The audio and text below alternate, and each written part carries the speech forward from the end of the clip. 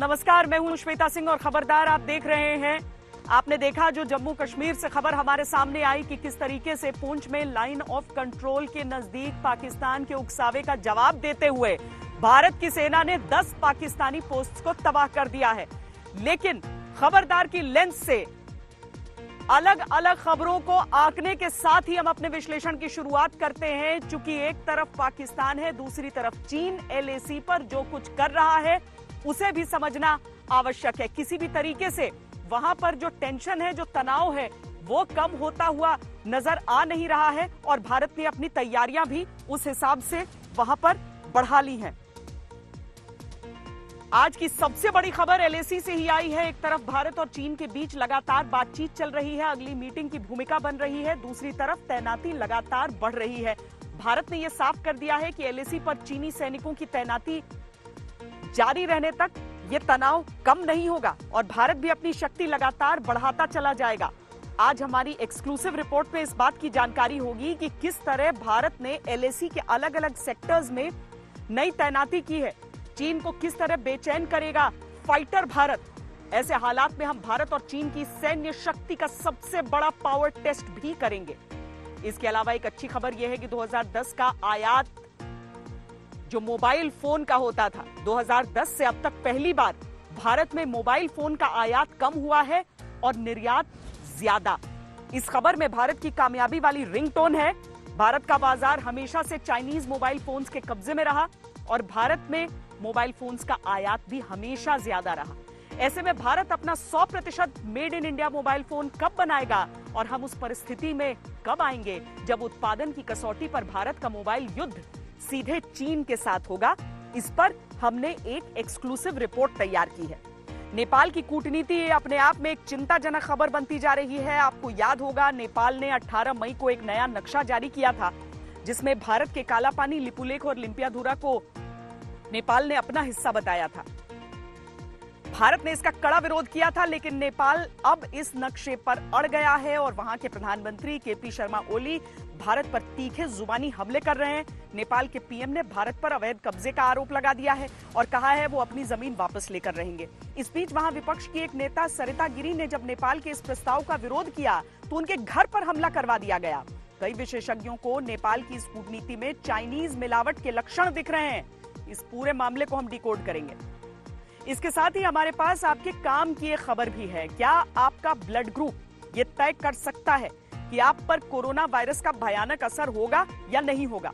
वैसे तो corona virus को लेकर हो रहे तमाम रिसर्च अपने शुरुआती दिनों में है, लेकिन इसके बावजूद कुछ बड़े और हैरान कर देने वाले संकेत मिल रहे हैं। रिसर्च में ऐसे संकेत मिले हैं कि ब्लड ग्रुप ए वाले लोगों में कोरोना के खतरनाक लक्षण पनप सकते हैं। उनके सांस लेने के सिस्टम पर गहरा असर हो सकता है, जबकि ब्लड ग्रुप ओ जिन लोगों का है उन पर कम खतरा है। रिसर्च में यहां तक बताया गया है कि कौन से ब्लड ग्रुप वाले व्यक्ति को ऑक्सीजन सपोर्ट या वेंटिलेटर की जरूरत पड़ सकती है। हमने एक्सपर्ट से बात करके ये रिपोर्ट आपके लिए तैयार की है। और आज का जरूरी वीडियो असम से आया है। असम के तिनसुकिया में ऑयल फील्ड में भयानक आग लगी हुई है। इस आग से 1 किलोमीटर के दायरे में सब कुछ खाक हो गया है। इस आग का धुआं 30 किलोमीटर दूर से दिखाई दे रहा है।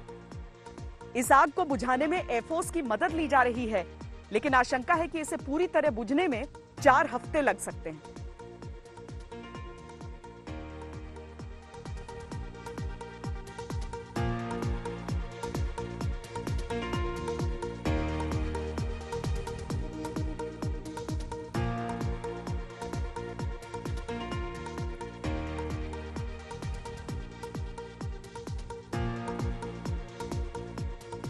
और अब उस पहली खबर का रुख करते हैं जो कि एलएसी पर बढ़ते तनाव से जुड़ी हुई है और जो ये बता रही है कि भारत इस बार किसी भी तरीके से चीन के बहकावे, उसके धोखे या उसके डबल गेम में आने वाला नहीं है। भारतीय सेना ने यह तय किया है और उसके संकेत ग्राउंड पर भी नजर आ रहे हैं कि किस तरीके से सिर्फ लद्दाख ही नहीं बल्कि पूरे एलओसी के हर एक सेक्टर में भारतीय सेना की तैनाती को बढ़ाया जा रहा है। यानी वेस्टर्न सेक्टर में लद्दाख से जुड़ी हुई जो सीमा है वहां पर जो मिडिल सेक्टर्स है, यानी कि उत्तराखंड, हिमाचल प्रदेश वाला जो इलाका आता है जो लगता है चीन की सीमा से, और उसके साथ ही जो ईस्टर्न सेक्टर जिसे माना जाता है चीन से एलएसी के हिसाब से, सिक्किम, अरुणाचल प्रदेश, इन सारे इलाकों में भारतीय सेना की तैनाती बढ़ाई जा रही है। किसी भी तरीके से भारत अपने कदम पीछे नहीं हटा रहा है। सारे सेक्टर्स में पूरी तैयारी ताकि चीन का बराबरी से हो सके मुकाबला। लद्दाख में लाइन ऑफ एक्चुअल कंट्रोल पर आर पार की जंग छिड़ी है। आमने सामने है भारतीय और चीनी सैनिक। पेंगोंग क्षेत्र में जारी इस तनातनी का असर भारत चीन के 3400 से ऊपर के लाइन ऑफ एक्चुअल कंट्रोल के इलाकों तक पहुंच चुका है। भारतीय सेना ने अपने उत्तरी शत्रु के सामने हर एक जगह पर रिजर्व फॉर्मेशन से अतिरिक्त सैनिक तैनात कर दिए हैं। लद्दाख में मौजूद 3 इन्फेंट्री डिवीजन के अतिरिक्त 2 अन्य ब्रिगेड्स को भारत के एक कोर फॉर्मेशन में तैनात किया गया है। हिमाचल प्रदेश में अतिरिक्त सैन्य टुकड़ियां तैनात हुई हैं। यहां फॉरवर्ड पोजीशंस पर पश्चिमी सैन्य commander lieutenant general RP Singh खुद गए थे। उत्तराखंड में गढ़वाल सेक्टर और कुमायूं सेक्टर दोनों जगहों पर भारतीय सैनिकों की अतिरिक्त तैनाती हुई है। उत्तराखंड सेक्टर में भारतीय वायुसेना ने भी चिनियाली सौड में अपनी गतिविधि तेज की है, जिससे उत्तराखंड सेक्टर में सेना की मदद की जा सके। इसके अलावा सिक्किम इलाके में अतिरिक्त ब्रिगेड को चीनी सरहद पर भेजा गया है, क्योंकि चीन नाकुला और अन्य सेक्टरों में बढ़त बनाने की कोशिश करता नजर आया था। अरुणाचल प्रदेश में पूरे पूर्वी सेक्टर में सैनिकों की अतिरिक्त तैनाती हुई है। भले ही फिलहाल भारतीय सेना चीनी सेना के साथ बातचीत की टेबल पर बैठी हो, लेकिन जमीन पर भारतीय सेना के पैर पूरी तरह से जमे हुए हैं, क्योंकि जिस तरह से चीन ने लद्दाख में हरकत की है, उससे चीन पर ज्यादा भरोसा नहीं किया जा सकता। और इसीलिए न सिर्फ लद्दाख बल्कि हिमाचल, उत्तराखंड और सिक्किम से लेकर अरुणाचल तक भारतीय सेना ने अपनी मजबूत तैनाती की है। इसके लिए भारतीय सेना ने 3 अतिरिक्त डिवीजन के अलावा 2 ब्रिगेड भी तैनात की हैं। I've been reading reports about the Indian Army's enhancement in defense preparedness along the line of actual control along our northern borders, and I think it's only prudent and it's completely the appropriate thing to do, because while we're looking at Ladakh and yes, maximum tension is in Ladakh, I think we cannot at this stage ignore other borders like the UP-Tibet border, the Sikkim border where we've already had one incident at Nakula, and the Arunachal Pradesh border. चीन के साथ सटे line of actual control पर भारतीय सैनिकों की अतिरिक्त तैनाती मई के पहले हफ्ते में झड़प के बाद शुरू हो गई थी। चीन से भिड़ंत के लिए सेना की जिस कोर फॉर्मेशन को सक्रिय किया गया है, उसमें सुकना की 33वीं कोर, तेजपुर की 4थी कोर और रांची की 17वीं माउंटेन स्ट्रोक कोर शामिल है। एलएसी पर सैन्य तैनातियों के साथ साथ भारत ने रणनीतिक सड़क निर्माण की गतिविधियों में कोई कमी नहीं की है। भारत चीन तनाव के दौरान लद्दाख क्षेत्र में सड़क का निर्माण जारी होने की तस्वीरें आज तक पर आप पहले भी देख चुके हैं। तो उत्तराखंड के जोहार घाटी में हेलीकॉप्टर से सड़क निर्माण की मशीनरियां पहुंचाई गई हैं, ताकि रणनीतिक मुंशियारी बुगदियाल मिलन सड़क के निर्माण में तेजी लाई जा सके। 2019 में कई नाकाम प्रयासों के बाद हाल ही में बीआरओ लास्पा तक सड़क निर्माण के उपकरण हेलीकॉप्टर से पहुंचाने में कामयाब रहा है। लास्पा तक पहाड़ काटने की मशीन न होने पर 65 किलोमीटर के मुंशियारी बुगदियार मिलन सड़क निर्माण प्रोजेक्ट पर काम अटका पड़ा था। यह सड़क उत्तराखंड के पिथौरागढ़ में भारत चीन सरहद पर आखिरी पोस्ट तक लिंक का काम करेगी। साफ तौर पर चीन के सामने भारत कहीं दबाव में आना नहीं चाहता, लेकिन उसके साथ बातचीत का दरवाजा बंद नहीं है। लद्दाख के चुशूल में तनाव कम करने के लिए भारत और चीन के बीच सैन्य स्तर की बातचीत जारी है। भारत चीन तनाव को लेकर भारत के विदेश मंत्रालय ने अपनी प्रतिक्रिया में कहा है कि दोनों पक्ष सरहदी इलाकों में शांति कायम रखने और शांतिपूर्ण तरीके से परिस्थिति को हल करने के लिए सैन्य और कूटनीतिक संपर्क बनाए हुए हैं। ये भारत चीन द्विपक्षीय संबंधों के लिए जरूरी है। चीन का विदेश मंत्रालय भी कह चुका है कि कूटनीतिक और सामान्य माध्यमों से प्रभावी बातचीत से दोनों पक्ष मुद्दों को ठीक से देख रहे हैं। हम एक सहमति पर पहुंचे हैं और उस सहमति के आधार पर परिस्थिति को सामान्य करने के कदम उठा रहे हैं। वैसे इन बयानों के बावजूद चीन ने अपने सबसे ताकतवर होइत्जर को भारत पश्चिमी सैन्य अभ्यास में लगाया है। चीनी सेना के 75वें ग्रुप ने PCL-181 होइत्जर को अपने बेड़े में शामिल किया है। भारत चीन तनाव के बीच चीन का यह कदम संवेदनशील है, इसीलिए भारत को चीन के साथ सरहद पर बेहद सतर्क होना पड़ा है। लद्दाख में सैन्य विवाद को खत्म करने के लिए इस वक्त भारत और चीनी सेनाओं के बीच में चुशूल में लोकल कमांडर स्तर की बातचीत चल रही है। भारत की कोशिश है कि इस विवाद का बातचीत के जरिए हल निकाला जाए, लेकिन दूसरी तरफ चीन ने बड़ी संख्या में सैनिकों की भी तैनाती की है। ऐसे में भारत चीन की हर चाल से एक कदम आगे बढ़कर अपनी सैन्य तैनाती को मजबूत कर रहा है। चीन की जो बात करने के तरीके हैं, चीन हमसे बातचीत करता है, लेकिन अपने कैपेसिटी बिल्डिंग में उसने कोई कमी नहीं की है। चाहे वो तिब्बतन प्लाटो के ऊपर एक्सरसाइजेस हों, जिससे ग्लोबल टाइम्स एक प्रोपेगेंडा के दौर पर सारे विश्व में ये साबित करना चाहता है कि चाइना हैज अराइव्ड। चीन ये दर्शाना चाहता है कि जो हमसे टकराएगा चूर चूर हो जाएगा। इस तरह का जो साइकोलॉजिकल वॉरफेयर ग्लोबल टाइम्स दिखाने की कोशिश कर रहा है, वो भी दिखाता है कि हम लोगों ने भी कैपेसिटी बिल्डिंग में कोई कमी नहीं छोड़ी। चीन के साथ ऐसी परिस्थिति भारत के लिए पहले भी हुई है, लेकिन 2020 का तनाव शांतिपूर्ण तरीके से सुलझेगा, इसकी उम्मीद सभी को करनी चाहिए। हालांकि अब भारत में चीन को लेकर बर्दाश्त की हद हो रही है, खासकर जिस लद्दाख क्षेत्र में ये परिस्थिति बनी है, वहाँ के लोग युद्ध जैसी परिस्थिति के लिए भी खुद को तैयार कर रहे हैं। आ रहा है कि इंडिया और चाइना अभी मीटिंग हो रहा है, तो अगर बातचीत से हल होता है तो हम दोनों देश के लिए बहुत बढ़िया रहेंगे। अगर बातचीत से हल नहीं होता है तो आर्मी तो आगे जाएंगे। साथ में मैं एक रिटायर होने के नाते ये कहना चाहूँगा, मैं खुद एक वॉलंटियर जाने के लिए बिल्कुल रेडी हूँ। श्रीनगर से अशरफ वानी और दिल्ली से गीता मोहन के साथ मंजीत नेगी, आज तक। दरअसल ये जज्बा होता है जो महत्वपूर्ण होता है, और जज्बा होता है जिसे देखना होता है, क्योंकि अधिकतर जो लोग देखते हैं, जो ये आंकते हैं कि शायद चीन के सामने हम कमजोर हैं, वो ये देखते हैं कि 40 दशक से लगातार चीन आर्थिक तौर पर बहुत तरक्की कर रहा है, बहुत विकास कर रहा है, और इसीलिए लगता है कि अरे मुकाबला हो गया तो पता नहीं क्या होगा। लेकिन सेना का जो आधार होता है, जो सैन्य आधार होता है, वो अलग होता है। हमने अपनी एक रिपोर्ट तैयार की है आपके लिए, जिसके जरिए हम आपको बताते हैं कि सीमा पर चीन और भारत में कौन भारी।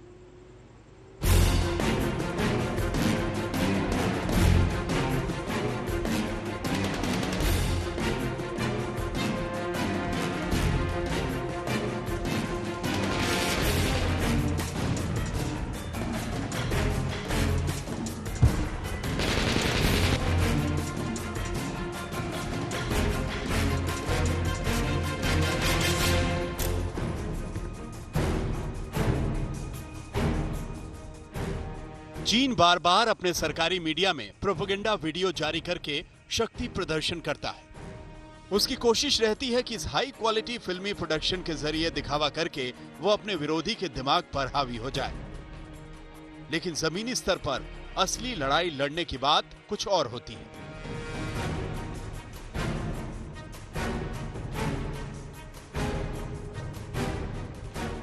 आखिरी बार चीनी सेना 1979 में एक्शन में देखी गई थी, और तब उसे युद्ध लड़ लड़कर सख्त हो चुकी वियतनाम की सेना ने शिकस्त दी थी।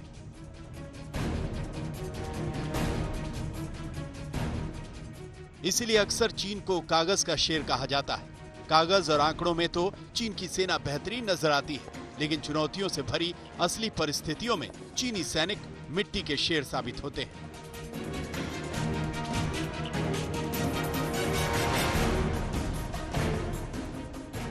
लद्दाख में पेंगोंग त्सो पर तनाव के बीच भारत और चीन के सैनिक आमने सामने हैं, और ऐसे में तमाम एक्सपर्ट दोनों पक्षों की ताकत का आकलन कर रहे हैं।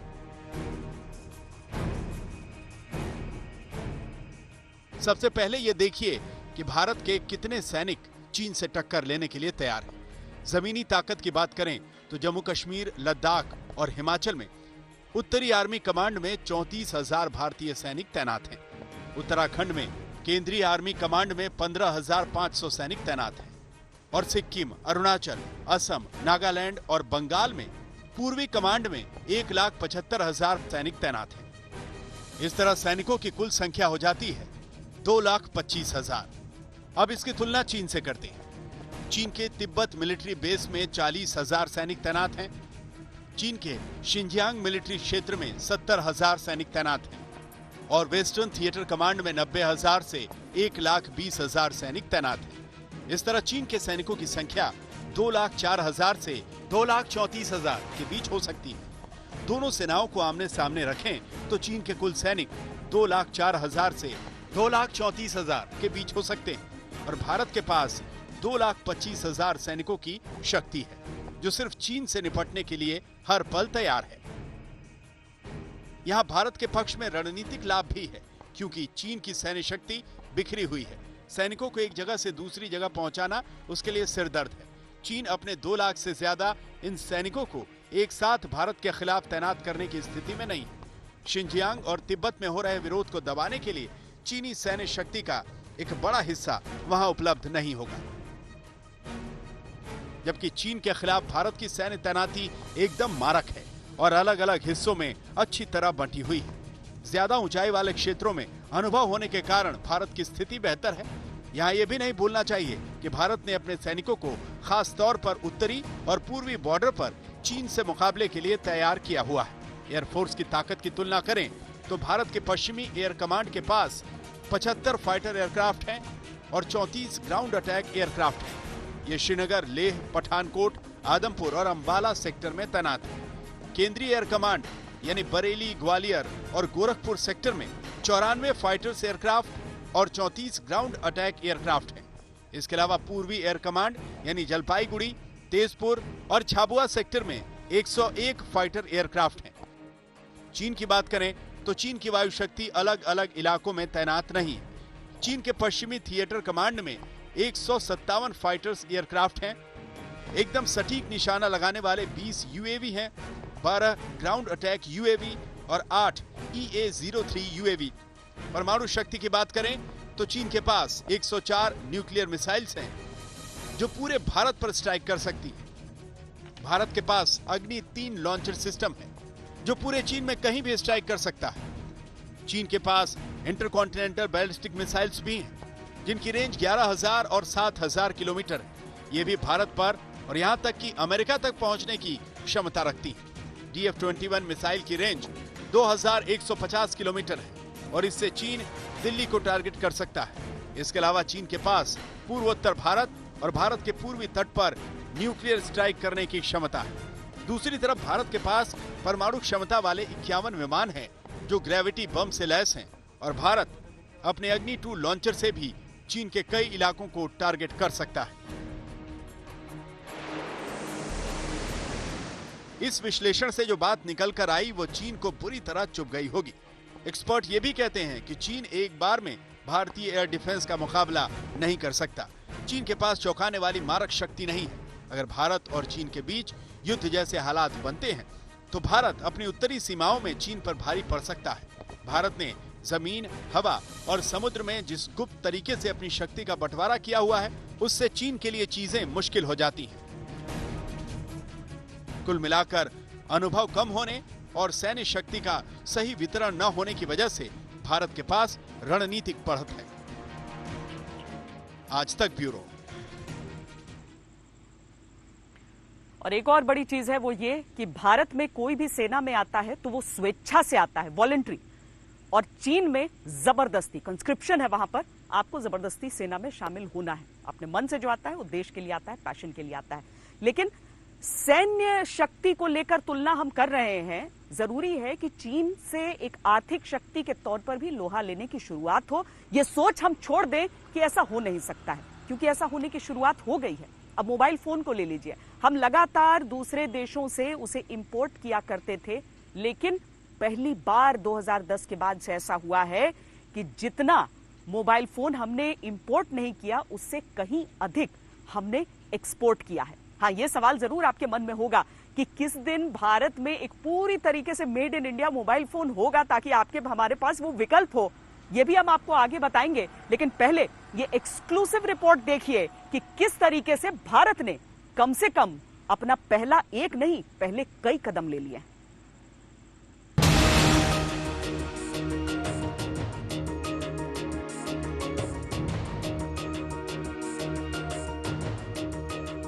ये आत्मनिर्भर भारत की नई तस्वीर है। ये मेक इन इंडिया से मेड इन इंडिया के रास्ते पर जाते हिंदुस्तान की तस्वीर है। अब तक भारत में मोबाइल फोन का आयात इसके निर्यात से हमेशा अधिक था, लेकिन वित्त वर्ष 2019-20 में भारत ने 4 करोड़ 15 लाख फोन निर्यात किए और 56 लाख फोन आयात किए। यानी भारत ने 3 करोड़ 60 लाख यूनिट का शुद्ध निर्यात किया। मेक इन इंडिया के अंतर्गत भारत को हम इलेक्ट्रॉनिक प्रोडक्ट का एक बहुत बड़ा एक्सपोर्ट हब भी बनाने जा रहे हैं। बड़ी बड़ी कंपनियां भी आएंगी। बहुत जगह प्रोडक्शन शुरू भी हो गया इस पूरे लॉकडाउन के बाद। पूरी दुनिया में 198 देश मोबाइल फोन का आयात करते हैं, लेकिन अब तक केवल 2 देशों का वर्चस्व रहा था एक्सपोर्ट करने में, चीन और वियतनाम। 2019-20 में भारत मामूली बढ़त के साथ ही सही, लेकिन तीसरा बड़ा एक्सपोर्टर बन गया। भारत आगे की भी तैयारी कर रहा है ताकि हम चीन को टक्कर दें। भारत ने 3 प्रमुख स्कीम की शुरुआत की है ताकि देश में इलेक्ट्रॉनिक्स का उत्पादन बढ़े। ये लावा मोबाइल कंपनी ने फैसला किया है कि जितने भी भारतीय स्मार्टफोन्स बन रहे हैं, यानी भारत के मार्केट के लिए बन रहे हैं, उन सब का जो प्रोडक्शन बेस है वो पूरी तरीके से चीन की जगह अब भारत में शिफ्ट किया जाए। दरअसल चीन में उत्पादन सस्ता है, जिस वजह से अधिकतर कंपनियां उस ओर जाती हैं, लेकिन भारत में अब जो प्रोडक्शन लिंक इंसेंटिव की बात हो रही है उसके जरिए सीधे 6% का एक फायदा मिलता है बाकियों की तुलना में। वैसे भी जब हमने देखा कि अमेरिका और चीन के बीच एक ट्रेड वॉर की शुरुआत हुई, उसके बाद भारतीय कंपनियों को जब फायदा मिला तो उसमें ये मोबाइल कंपनियां भी थीं जिन्हें एक भारी भरकम करार मिला। मोबाइल फोन के ज्यादा निर्यात का मतलब ये नहीं कि उनका यहां पूरी तरह से उत्पादन हो रहा है। अधिकतर फोन अभी भारत में असेंबल ही हो रहे हैं, लेकिन हिंदुस्तान ने आगे के लिए कमर कस ली है। आज की डेट में जो हम लोग मोबाइल फोन बना रहे हैं वो करीब 40% जो है उसमें कंपोनेंट्स इंडिया में बनते हैं उसके, और इंडिया में लगते हैं, और उसका भी जो उन कंपोनेंट्स को से फोन बनाने का भी पूरा प्रोसेस है। ये ऐसा नहीं है कि सिर्फ पैकेजिंग है, इसमें हम उन कंपोनेंट्स को पहले डेवलप करते हैं।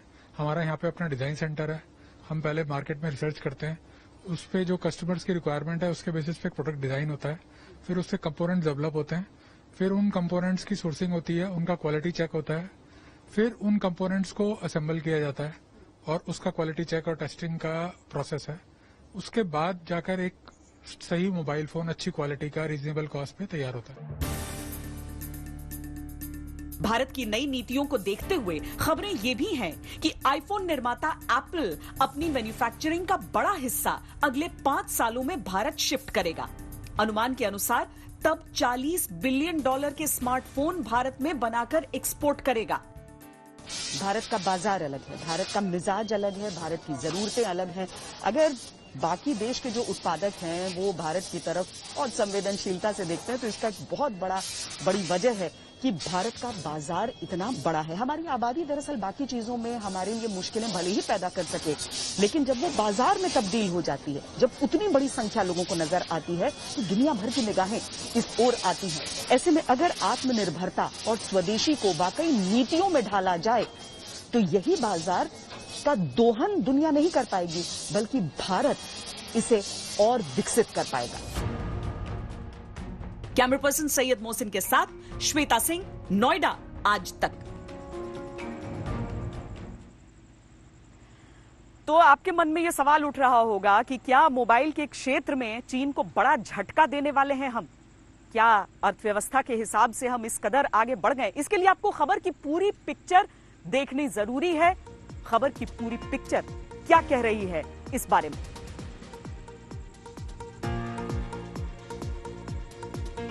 मोबाइल फोन के ज्यादा निर्यात का मतलब यह नहीं है कि यहां पर पूरी तरह से उसका उत्पादन हो रहा है, जैसा हमने आपको दिखाया भी। Indian cellular and electronics association के अनुसार देश में मोबाइल फोन मैन्युफैक्चरिंग इकाइयों की संख्या 2014 में सिर्फ 2 थी, जो 2018 में बढ़कर 268 हो गई। लेकिन इसका दूसरा पहलू यह भी है कि भारत में मोबाइल फोन बनने के से ज्यादा असेंबल हो रहे हैं। 2017 में सरकार ने एक कार्यक्रम शुरू किया जिसके तहत मोबाइल पार्ट्स की लोकल सोर्सिंग को प्रोत्साहित किया जाता है। इसके तहत चार्जर, माइक्रोफोन, फोन, कैमरा जैसी चीजों का आयात करने पर कस्टम ड्यूटी देनी होगी, लेकिन इनके निर्माण के लिए जरूरी पार्ट्स मंगाने पर कस्टम ड्यूटी नहीं देनी होगी।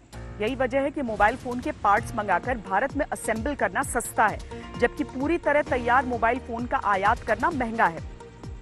पिछले कुछ सालों में मोबाइल कंपोनेंट्स का आयात बढ़ा है, क्योंकि भारत कई कीमती पार्ट्स की मैन्युफैक्चरिंग नहीं करता है।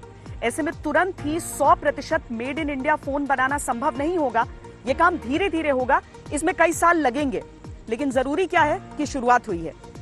भारत सरकार मोबाइल फोन निर्माण और विशेष इलेक्ट्रॉनिक कंपोनेंट्स के उत्पादन पर इस क्षेत्र के प्रोत्साहन के लिए आने वाले 5 साल में 40,995 करोड़ रुपए देगी।